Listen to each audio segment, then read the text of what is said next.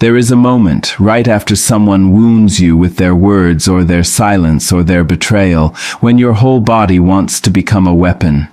Your jaw tightens, your hands curl. Something ancient and reactive rises up from the base of your spine and whispers that you must strike back, that you must match their cruelty with your own, that peace is for people who have never truly been hurt. And if you have ever stood in that moment, trembling with the effort of holding yourself together while someone else tries to break you apart, then you already know the question this life keeps asking you again and again. Not whether you will be hurt, because you will be again and again by people who claim to love you, and by strangers who never will. The real question, the one that decides the entire shape of your future, is what you become in the 60 seconds after the wound is opened. Most people never learn to answer that question well. They spend their whole lives being ambushed by their own emotions, mistaking the loudest voice inside them for the truest one, believing that the person who reacts fastest and hardest is somehow the strongest. But I have lived long enough, and watched enough lives unravel and enough lives rebuild, to tell you a truth that the world rarely teaches. The ones who master their pain instead of being mastered by it are not the ones who feel less. They are the ones who have learned, often through devastating trial, that calm is not weakness pretending to be strength. Calm is strength that no longer needs to prove itself to anyone, least of all to the person who just tried to provoke it. You were not born knowing how to do this. Nobody is. Somewhere along the road of your life, someone hurt you in a way that taught your nervous system to treat every future hurt as an emergency. Maybe it was a parent whose love came wrapped in conditions. Maybe it was a partner who mistook control for affection. Maybe it was a friend who smiled at your face and carved you open behind your back. Whatever it was, it taught you to brace, to flinch, to answer fire with fire, because fire was the only language that felt like it could be heard. And so when someone hurts you today, you are not only reacting to them, you are reacting to every version of you that was ever hurt before, all of them crowding into this one moment, all of them screaming to be defended at last. This is the hidden weight so many people carry without ever naming it. They think their explosive anger, their icy withdrawal, their desperate need to win every argument is simply their personality, but it is not who they are. It is who they were forced to become in order to survive a world that did not protect them. And here is the part that will either set you free or keep you chained, depending on whether you have the courage to hear it. You can still become someone new. The nervous system that learned to panic under pain can be taught, slowly and deliberately, to remain steady under pain instead. This is not a fantasy reserved for monks on mountaintops. It is a skill, built the same way any skill is built, through repetition, through failure, through the quiet, unglamorous discipline of choosing differently one moment at a time. Picture the person who has truly done this work. They are not cold. They are not detached. They feel the sting of betrayal exactly as sharply as you do, perhaps more sharply because they have stopped numbing themselves to survive. But when someone insults them, when someone tries to humiliate them in front of others, when someone lies about them to make themselves look better, something remarkable happens. There is a pause, a breath, a visible, almost sacred gap between the provocation and the response. In that gap lives their entire freedom. Because whoever controls that gap controls the outcome of the entire encounter, and the moment you learn to own that gap instead of letting your wound own it for you, you become someone that other people's cruelty simply cannot reach anymore. Do not mistake this for passivity. Responding calmly does not mean rolling over. It does not mean swallowing your dignity to keep the peace, or smiling through disrespect because confrontation frightens you. That is not calm. That is collapse wearing calm's clothing, and it will cost you your self-respect over time just as surely as rage will cost you your reputation. True calm is not the absence of a response. It is the presence presence of a chosen one. It says, I see exactly what you just did. I understand precisely how it was designed to wound me, and I refuse to hand you the satisfaction of watching me shatter.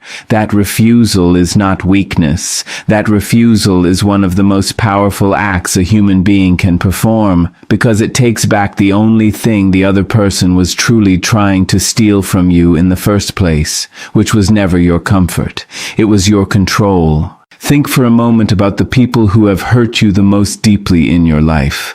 Somewhere inside them, whether they would ever admit it or not, they were hoping for a particular reaction.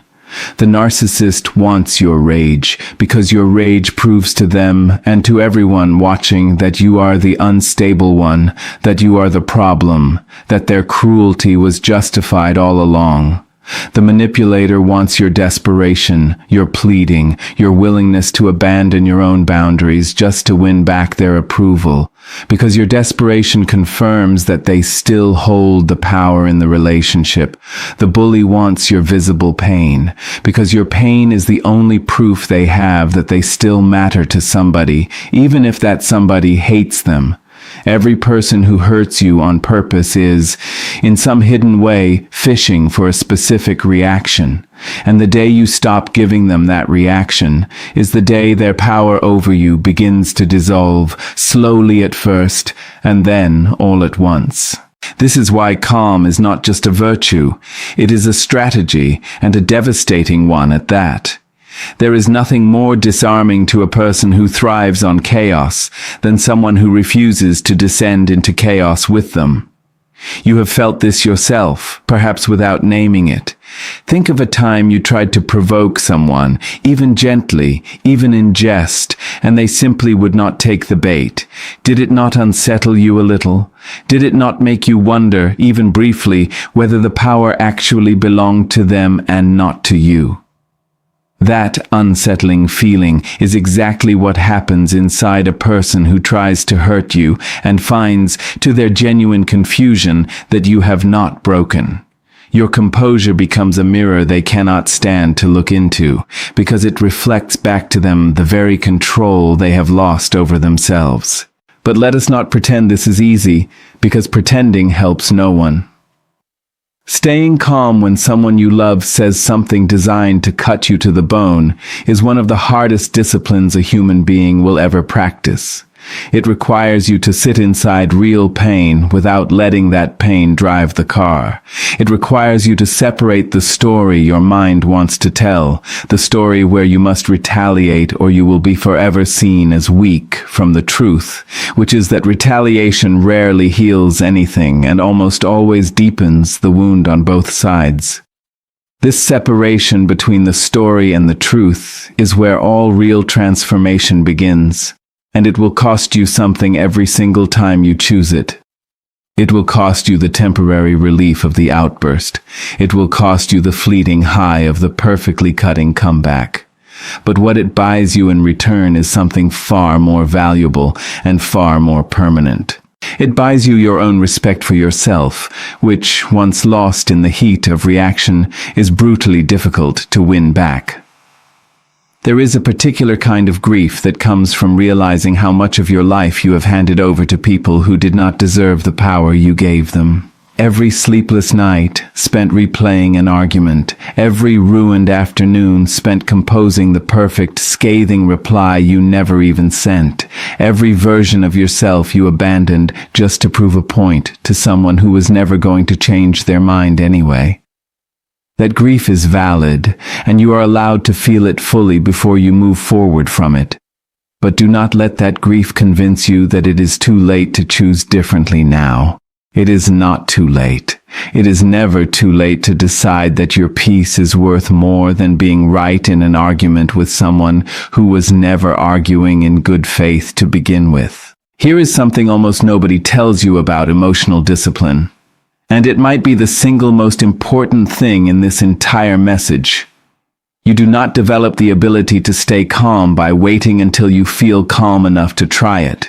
You develop it the opposite way, by By practicing composure while you are still furious, while your chest is still tight and your hands are still shaking, because that is the only condition under which the skill actually gets built. Waiting to feel ready is a trap, a beautifully disguised form of avoidance that lets you postpone growth indefinitely while telling yourself you are simply being patient. Real growth happens in the mess.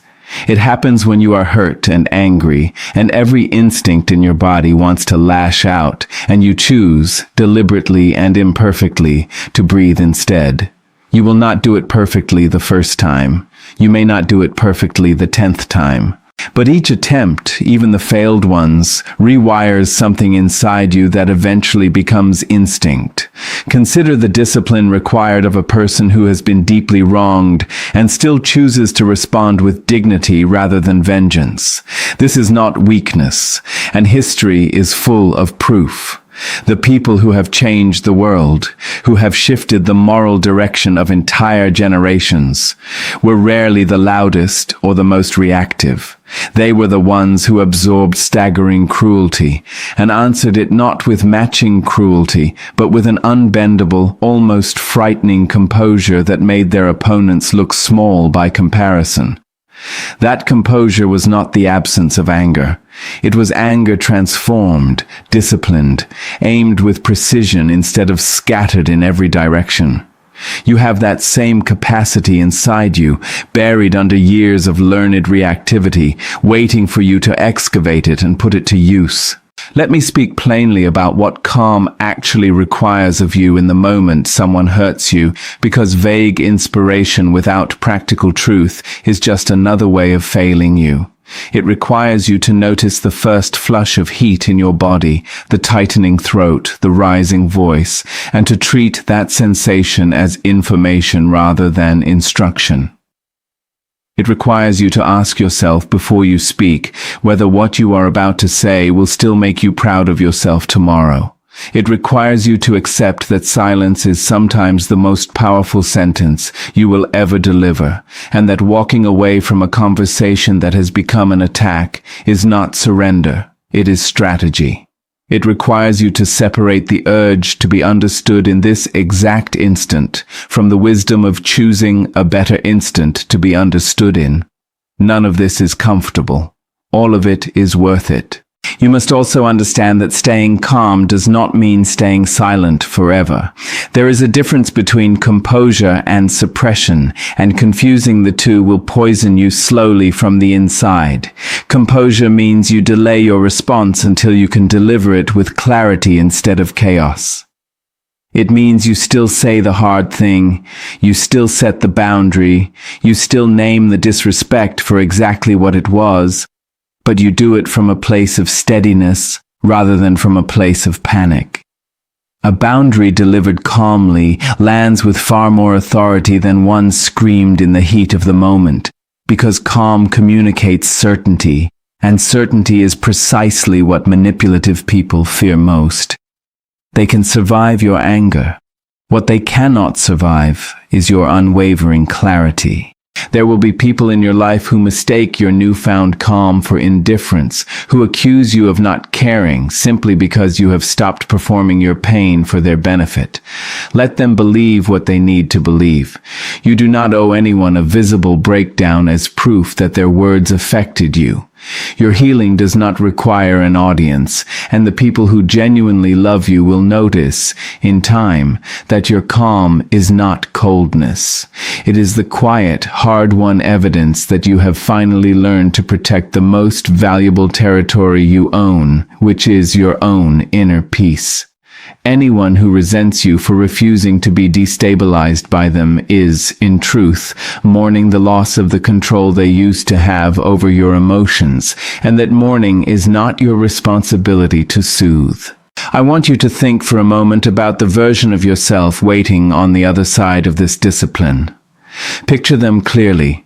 They walk into rooms full of people who used to intimidate them and feel nothing but quiet steadiness. They hear insults that would have once ruined their entire week and simply let the words pass through them like wind through an open window, touching nothing, changing nothing. They can sit across from the very people who hurt them the most and feel compassion instead of chaos, not because the hurt never happened, but because they have done the difficult, sacred work of refusing to let that hurt define the rest of their life. That version of you is not a fantasy. That version of you is available to you the moment you decide that your peace matters more than your need to win every battle offered to you. This transformation will demand sacrifice, and you should know that honestly before you commit to it.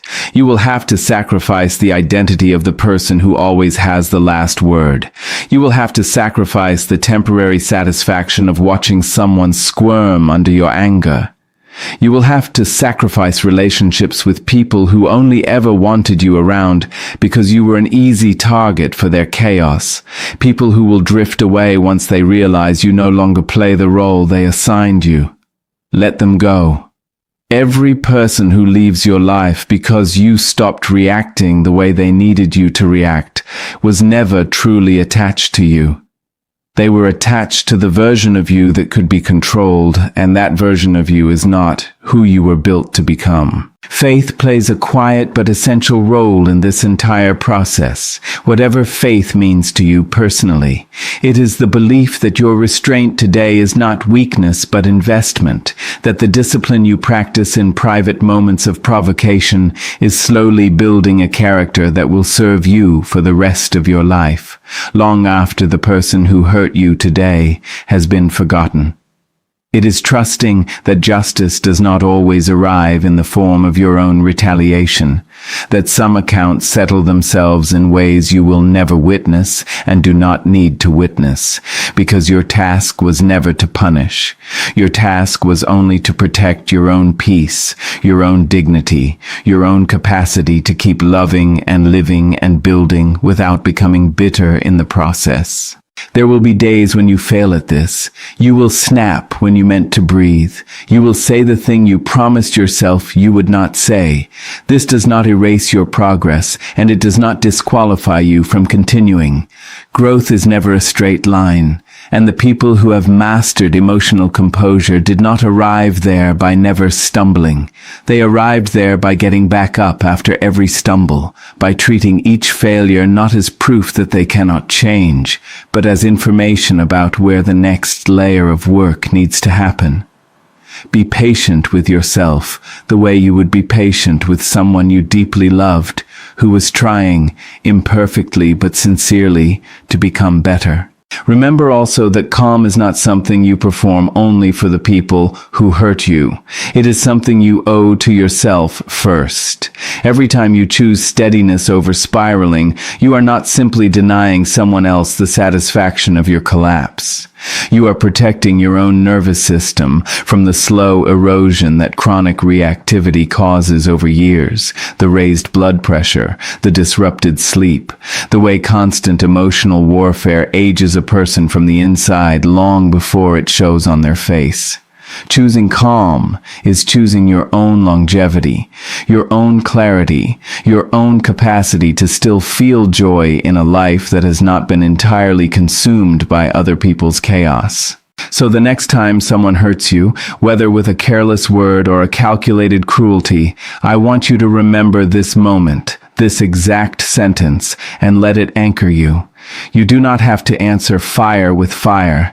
You are allowed to feel the full weight of the pain and still choose deliberately with your whole chest to respond from a place of dignity instead of desperation. That choice will not be easy, and no one who tells you it will be easy has ever actually lived it. But it is available to you every single time, no matter how many times you have failed to make it before. The calm you are trying to build is not naive, and it is not weak. It is the quiet, unshakable power of someone who has decided once and for all that their peace is not for sale, not to anyone, not for any price, not even to the people who hurt them the most. If this reached something true inside you today, if some part of you recognized itself in these words, let it be the beginning of something rather than just a moment of comfort that fades by tomorrow. Come back and walk this road with me again, because becoming the calm, unshakable person you are meant to be is not a single decision made once. It is a practice, returned to again and again, and I intend to keep showing up for that practice with you. Subscribe, stay close, and let us keep building this discipline together, one calm response at a time, until the peace you protect becomes the very thing nobody can ever take from you again.